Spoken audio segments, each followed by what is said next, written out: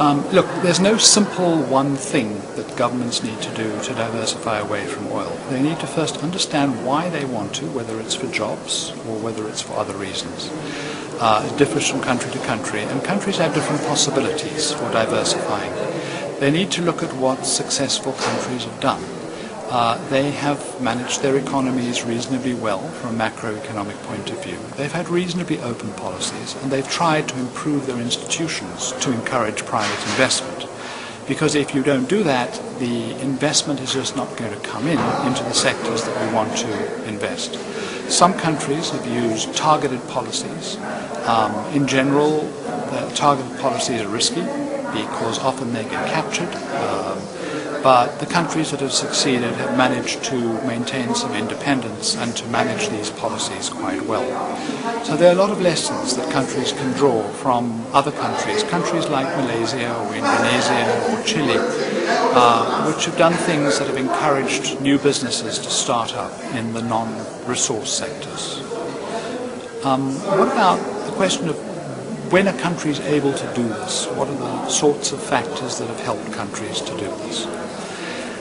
First of all, these countries have usually had some long-term goals. They've had the goals of economic development, they've had goals of social stability, and they have seen that the development of new economic sectors and growth and jobs are very important for that. They've had reasonably well-functioning technocracies. They've had stable technocracies.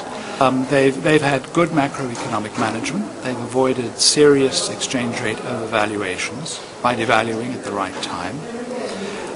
They've had, in very different political situations, they've all had quite good and stable technocracies. They've had people with a long-term view, and that has been very helpful.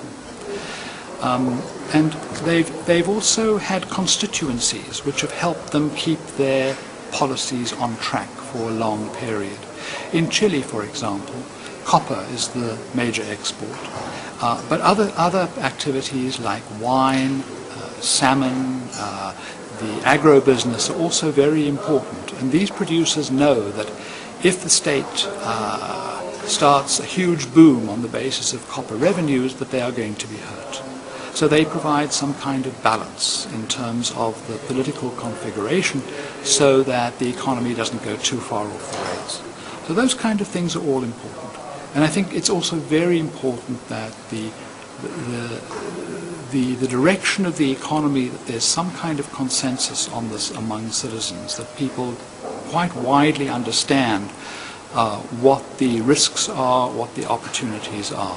Often populations don't understand. We see this now in Nigeria with the question of fuel subsidies, a very important question, but maybe one that is not widely understood fully by the population.